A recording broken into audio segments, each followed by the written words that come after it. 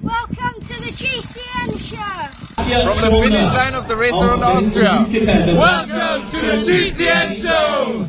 From Bike for High 2016, welcome to the GCN Show!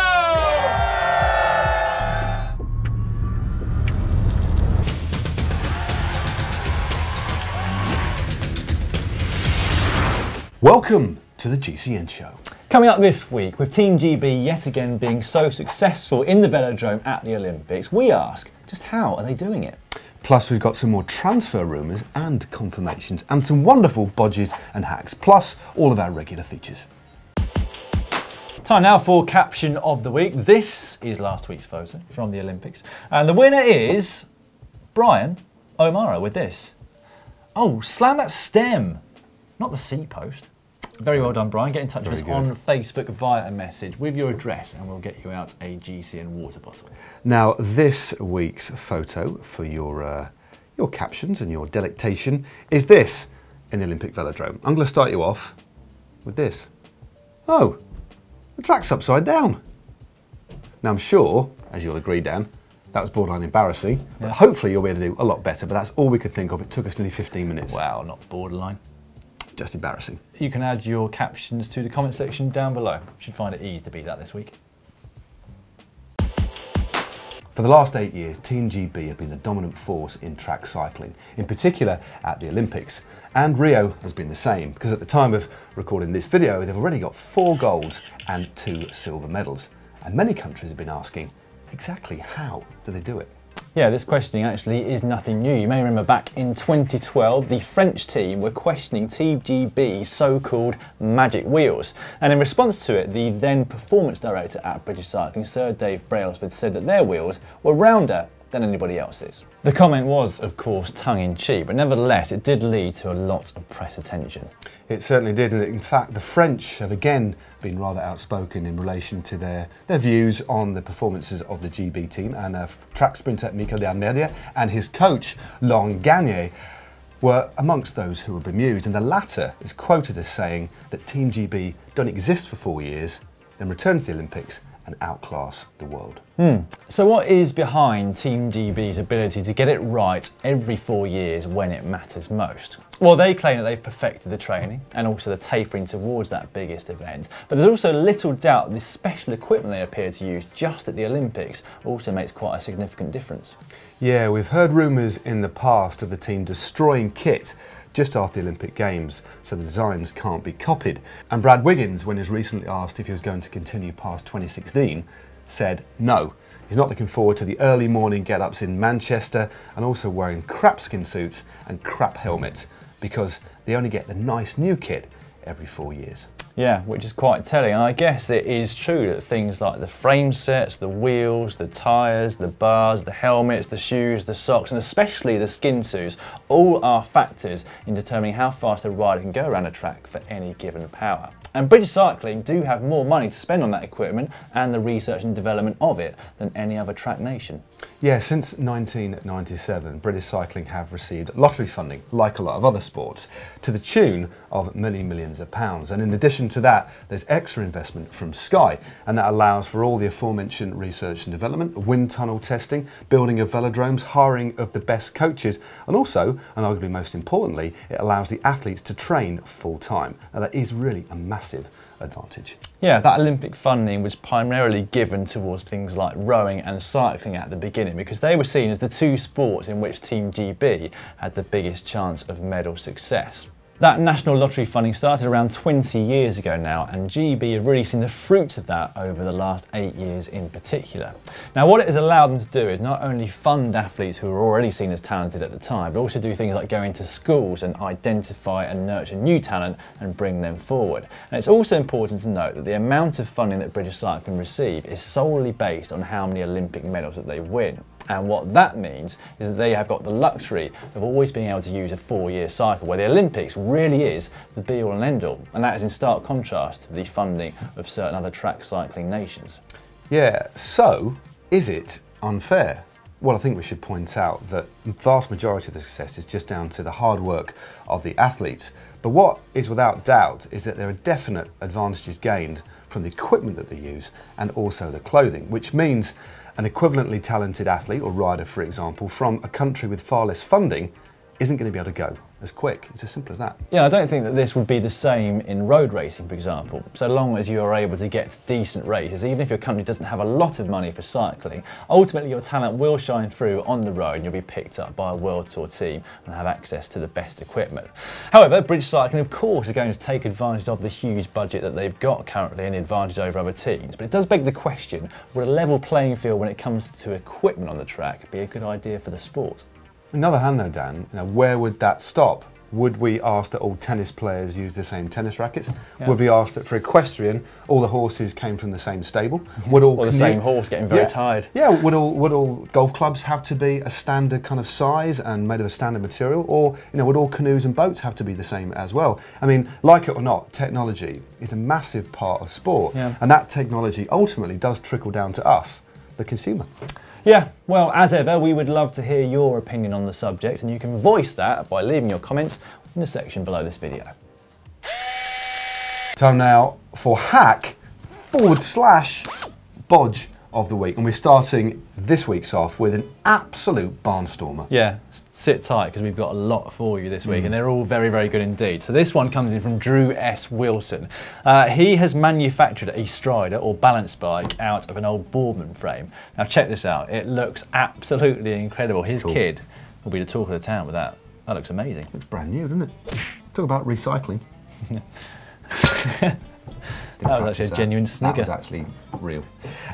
Next up we have this on Instagram from the Only Ever Jaminch.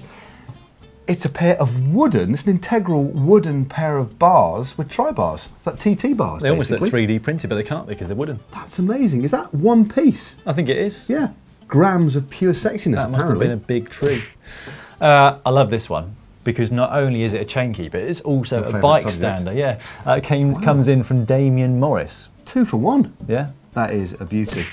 And next up is this classic from Joris Vimulen on Facebook. It's really, it must have taken ages to build this. It's a homemade wheel trimming stand. Check it out. That is also very impressive. Very high standard so far. It's extremely high tech. There's a lot going on. If you think it's a high standard now, wait until you see this next one. Possibly the best hack / bodge I've ever seen in my life. It comes in from Nigel Vieira, who has some aero bars and he's got some shifters, but he hasn't got the shifters on the aero bars.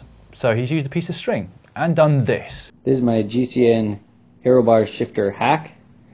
Instead of having shifters on the bar ends, I've got 2 pieces of pink string because they're more aerodynamic. So I just attached a piece of string to the shift levers, and as I pull them with my hands, I shift the bar while still remaining in the aerodynamic position. Absolutely love that one. That is ingenious. Love it. Next up is this from David Chen. It's a bit of real craftsmanship, really. It's a removable bike stand that you can take in and out of his van. I mean, look at the amount of effort and, as I said, handiwork that's gone into that. It really is quite something. So you can have a whole bike in there, and there's a secondary slot with a little retaining gizmo for his front wheel. And there it is, handily stowed in the back of his van. Great craftsmanship. Make sure you keep your hacks and bodges coming because we simply love them. Yeah, all you need to do is use the hashtag GCN Hack on various forms of social media. And make sure you get your / in the right direction. Time now for Tech of the Week. Now, the Australian team gave Great Britain a real run for their money in the team pursuit in Rio. And if you had a little bit of a close look at the helmets they're wearing, they appear to be cask prototype helmets, as used by several other members of the Aussie track squad as well. Name as yet unknown. Now, as soon as we saw said prototype helmets on our TV screens, we did some huge investigations, didn't we? Which involved firing up an internet browser and typing google.com and having a look online. And what we actually found on a website called cycling.org.au was an article from back in July, which actually gave quite a few details about the helmet that the Australian squad are using currently. Now, it seems like it was a collaboration between 2 separate universities over in Australia who decided that helmets designed for the road or time trials, albeit aero, weren't necessarily optimal for their track riders in the position that they have on their bikes. So they came up with this, and apparently it's called the Speed System. Not sure whether the helmet's called that or that's just the project involved. Now, we have no news on when that's going to be made available to the general public, but hopefully it won't be too long. It's now time for cycling shorts. Dutch track rider Laurien van Vriesen hit the headlines last week on the boards of Rio, or not on the boards as the case may be, not through winning a medal but rather through holding up what could have been an almighty crash. There was a smaller crash at the bottom of the banking which then pushed her up onto the top of the banking, onto the sponsors' hoardings which go around the edge. Effectively she rode around a wall of death, looked perilously close to going over the top but somehow managed to hold things up. It really was quite incredible. It certainly was. Was it skill? Or was it physics? Skill. Or a combination of the two? Meanwhile, on the very same boards, Sir Bradley Wiggins has made himself the most decorated British Olympian of all time by taking another gold medal in the team pursuit. And he's actually announced his programme for the remainder of the season.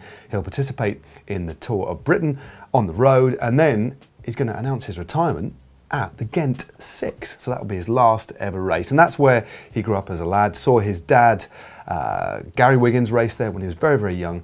And in fact, well, I suppose many of you know it, that's where Bradley Wiggins was born. I think he might be in the London 6 day as well, for any of you who want to catch Yeah, he's going to be on the board a fair bit this winter, isn't he? Yeah.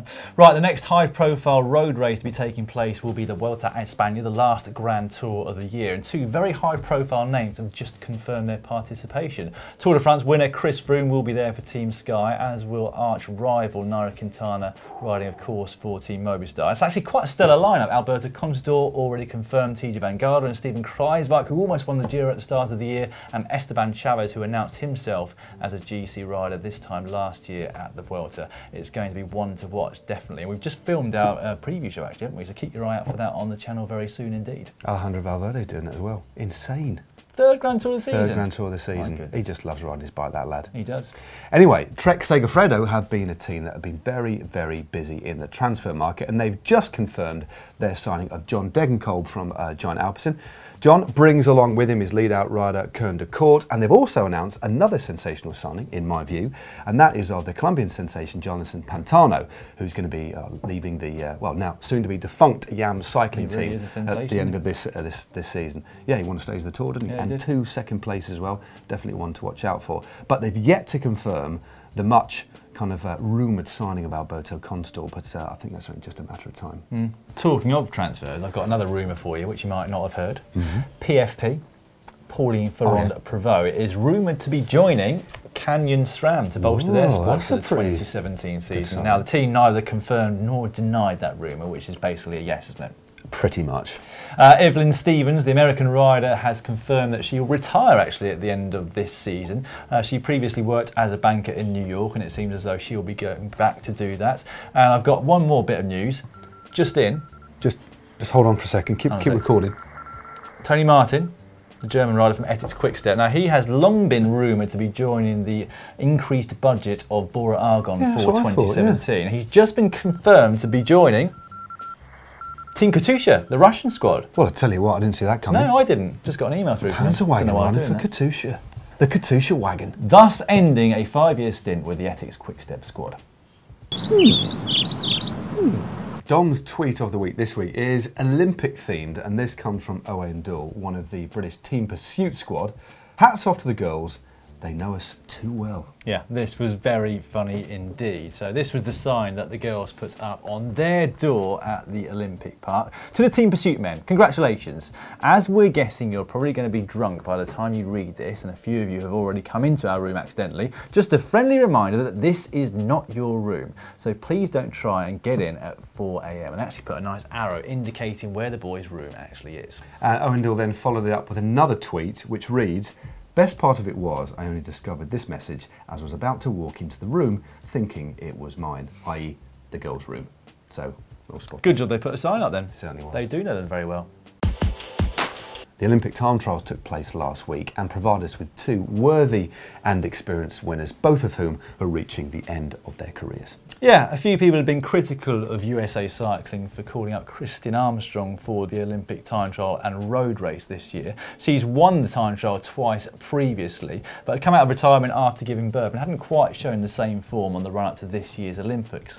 However, she more than proved her doubters wrong. She was very, very good help for her teammates at the road race and then went on to win a third gold medal. So I think she can retire again. Very, very happy with herself indeed. That was a super impressive ride. Meanwhile, in the men's time trial, the two out-and-out favourites, Tom Dumoulin and Chris Froome, it was expected to be essentially a battle between those two. They were pretty much odds-on to win and get the silver, but they were both beaten in quite astounding fashion by none other than Swissman Fabian Cancellara for his second gold medal. Now, he's rounding out his career. This is his last season on the road, and what a way to do it in such fun style. 2 gold medals in the time trial, and don't forget, a bronze medal in Beijing in the road race as well. Yeah, it's been quite a spectacular career for him, hasn't it? Meanwhile, back in Europe, and someone at the other end of their career is Gianni Moscon. He took his first 2 professional victories last week by winning a stage and the overall at the Arctic Tour of Norway. Yeah, tipped for big things from Team Sky. Now, meanwhile, the other stages were won by Alexander Kristoff. He took out stage 1. Danny Van Poppel won another bunch kick and took the jersey on stage 2. And the final stage, arguably the most popular after Moscon's overall victory, was the fact that John Degenkolb took his first win after nearly, well, threatening his career with that awful crash incident back in Alpe at the training camp. So that was great to see him I think back. everyone was pleased to see him take that win. Possibly even Alexander Kristoff pipped into second place, yeah, but it was big smile. Good to see Degenkolb back to his best, or somewhere close to it at least. Meanwhile, at the Route de France women's race, it was Amber Neben who took victory there with 2 stage wins along the way in the 7-day race. And Lucinda Brand, she took the Women's Tour of Norway. She's apparently going to Live Planteur next year, so she'll be joining them from 2017. Meanwhile, another neo-pro, Sam Oomen, took his first win, 2 wins in fact, when he won the Tour de l'Ain in France. He won a stage and the overall, and meanwhile at the Czech Cycling Tour, it was Diego Ulissi who took that win overall. Busy week of racing. Indeed. More to come, of course, at the Vuelta. Once again, stay tuned for our preview show. Now might be a good time to remind you, or at least tell you, because we haven't even told you yet, Matt is sporting this rather nice Vuelta edition GCN t-shirt, and it's available over at shop.globalcyclingnetwork.com. Hola. I'm off for another cerveza and to watch this mountaintop finish. I think I might be slightly drunk now. What time is it then? It's almost time to go home. No, it's not. It's time for GCN's Wattage Bazooka!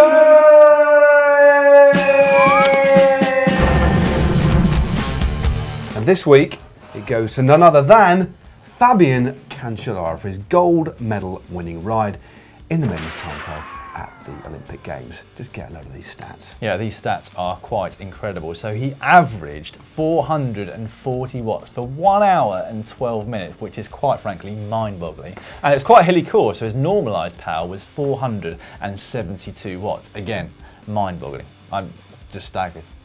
Do you think you should go for the hour record?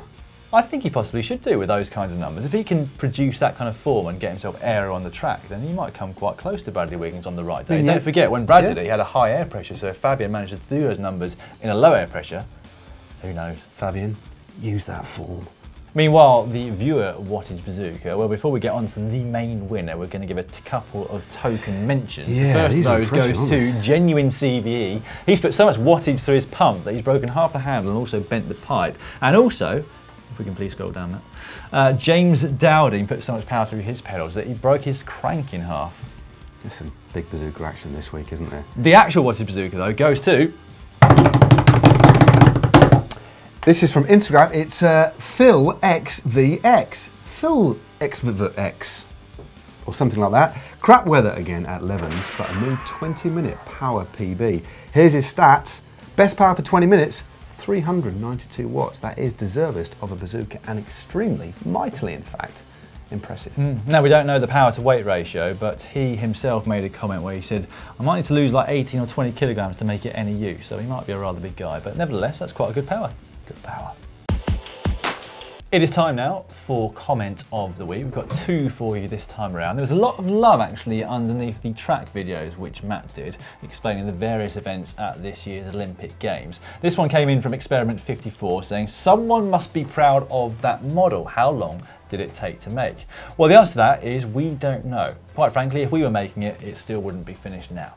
And if we had made it, it wouldn't look anywhere near as good as that one. No. That's for sure. Massive crash. And another comment, this was underneath the Omnium explanation video that I did. This is from Zom4 Reels. Am I the only one who wants some GCN action figures? You should sell those little guys in the shop. Can you imagine that? Action figures of Blasty and Cyan. Or you, because you'd have like a selection of different hairdos to put on, wouldn't you? Yeah, I've had this one for quite a long time. I need to change it actually. Do you reckon that's Z, oh my god, for Reels? Probably, yeah. I think it's probably the one you said. But anyway, if anybody else wants little GCN action figures, leave your comments and requests for action figures in the section below. On the channel this week, on Wednesday, it's 4 ways to avoid getting cramp and also have World Set preview show. 2, 1. Hola! Hola! With the Olympics. That was late Ola. You can't do late Olas. I wanted you to both hear it. Right. Hola. Come on. Like a bloody Spanish pirate. And on Thursday, it's 6 riders looking to make their Grand Tour mark at the Vuelta.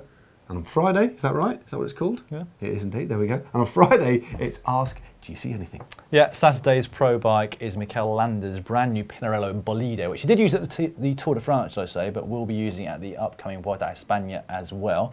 And then on Sunday, Matt and Cy do some aero testing. Just how much difference does the modern aero equipment make? Then on Monday, Cy is bringing you a maintenance video direct from California. And on Tuesday, welcome to the GCN Show!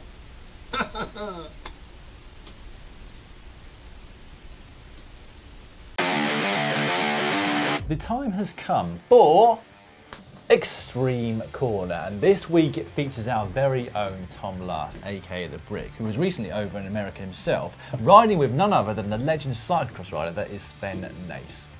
Check this out.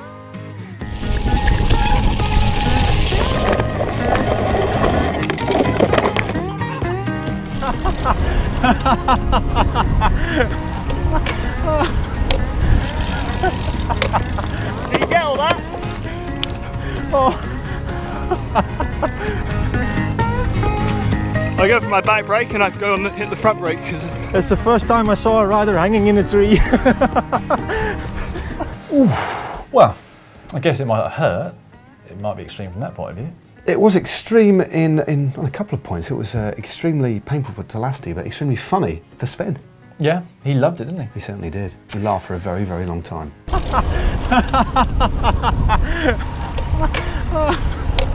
Right, well that's it for this week's GCN Show. We'll be back at the same time next week. Meantime, if you haven't seen these recent videos, why don't you check them out now? Up there are our top 5 collaborations between bike and car manufacturers. Yeah, and down here, if you click down there, it's 3 ways to get stronger on your bike. If you'd like to purchase this extra special Welter t-shirt, you can find a link just up there. And if you haven't already subscribed to the channel, it's free. All you've got to do is click on the globe. Don't forget to like and share.